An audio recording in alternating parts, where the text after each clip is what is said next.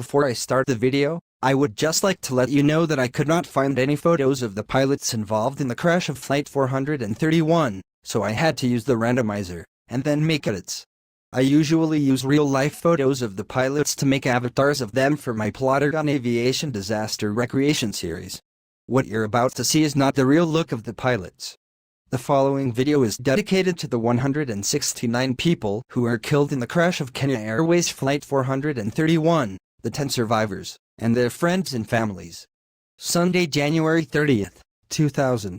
Felix Hupu at Boigny International Airport, Abidjan, Ivory Coast. Kenya Airways Flight 431 is preparing for a flight to Murtala Muhammad International Airport in Lagos, Nigeria. After the stopover, the flight will then continue on from Lagos to Jomo Kenyatta International Airport in Nairobi, Kenya. The aircraft is a 13. It would have turned 14 had it not crashed. Year-old Airbus A310-300 registered as 5YBN and is nicknamed Harambee Star. The captain is 44-year-old Palmathi, who has 11,636 flying hours, including 1,664 hours on the Airbus A310.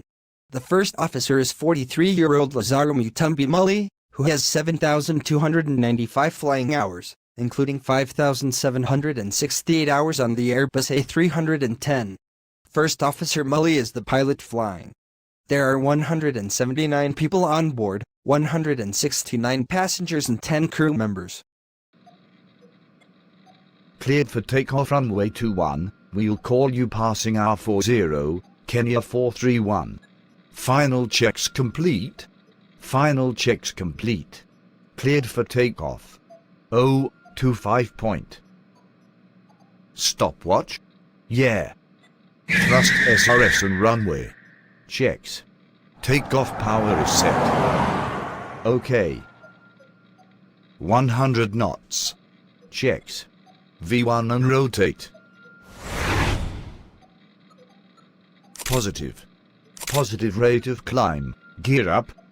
Stall. Ahoo. 300. Huh? What's the problem? 200. Silence the horn. 100.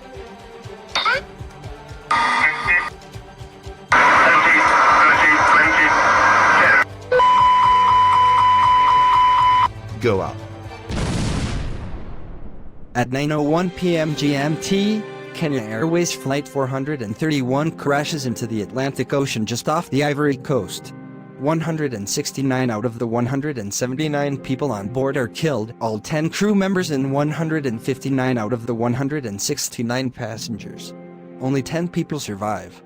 The Bureau d'Enquêtes d'analyses pour la sécurité de l'aviation civile (BEA) investigated the cause of the crash. They discovered that the aircraft was in no danger of entering a stall. The stall warning that sounded was actually caused by an electrical fault, rendering the warning erroneous. Despite the erroneous stall warning, the pilots thought the aircraft was actually going to stall, so they put the aircraft into a rapid descent. The ground proximity warning sounded briefly, but several other warnings sounded quickly after. The captain yelled "Go up," but the aircraft was descending too fast and it was too late. The plane crashed into the water. The BEA determined that the cause of the crash was pilot error along with an electrical fault, culminating in a controlled flight into terrain, in this case water.